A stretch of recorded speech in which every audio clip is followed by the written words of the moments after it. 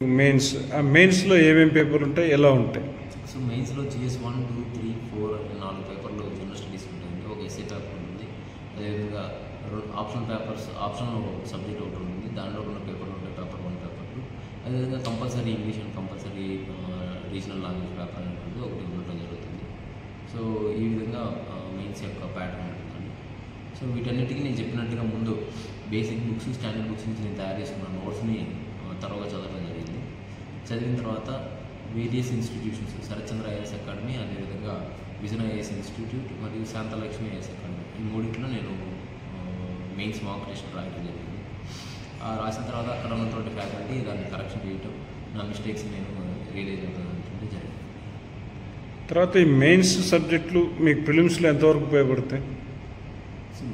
Almost mains subjects ప్రిలిమినరీకి మొత్తం ఉపయోగపడతాయండి. ఇంకా ఎక్కువ కొన్ని సబ్జెక్ట్స్ని మనం మెయిన్స్కి చదవాల్సి ఉంటుంది. సో అవి కూడా మనకి ప్రిలిమినరీకి ఉపయోగపడతాయి.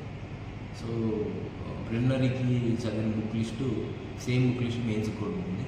కాకపోతే వరల్డ్ హిస్టరీ, ఇంటర్నల్ సెక్యూరిటీ, తర్వాత social issues, disaster management, ethics, ఇటువంటివి కొన్ని అదనంగా మెయిన్స్కి అధ్యయనం చదవాల్సి ఉంటుంది.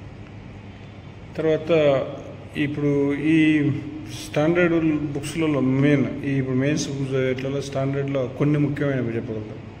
మెయిన్ స్టాండర్డ్ బుక్స్ అండి, సేమ్ యాజ్ ఇందాక మీకు చెప్పిన ప్రిలిమినరీ బుక్ లిస్ట్ అండి. మెయిన్స్ సంబంధించి సోషల్ ఇష్యూస్, లేకపోతే ఇంటర్నల్ సెక్యూరిటీ, ఇటువంటి టాపిక్స్ మాత్రం మనం గూగుల్ చేసి సొంత నోట్స్ తయారు చేసుకోండి. నేను సొంత నోట్స్ తయారు చేసుకోవడం జరిగింది. అదేవిధంగా మోహన్ కందా గారి విపత్తు నిర్వహణ అనే డిజాస్టర్ మేనేజ్మెంట్కి సంబంధించిన బుక్ని కూడా నేను తీసుకోవడం జరిగింది.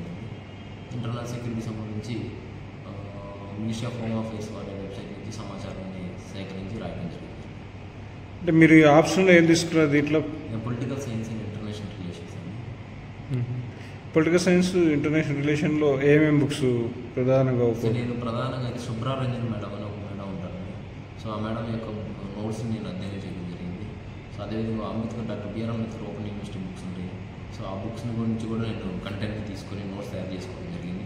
సో ఈ రెండు మేళవించి మీకు ఇంతకుముందు చెప్పినట్టుగా షార్ట్ నోట్స్ తయారు చేసుకోవడం జరిగింది. సో నాకు ఈ సుబ్రహ్మణ్యం మేడం గారి 7 నోట్ బుక్స్, ఓపెన్ యూనివర్సిటీ యొక్క 8 టెక్స్ట్ బుక్స్ అన్నీ కలిపి నేను సంగ్రహంగా ఒక 4 బుక్స్ని తయారు చేశాను. పేపర్ 1కి 2 బుక్లు, పేపర్ 2కి 2 బుక్లు.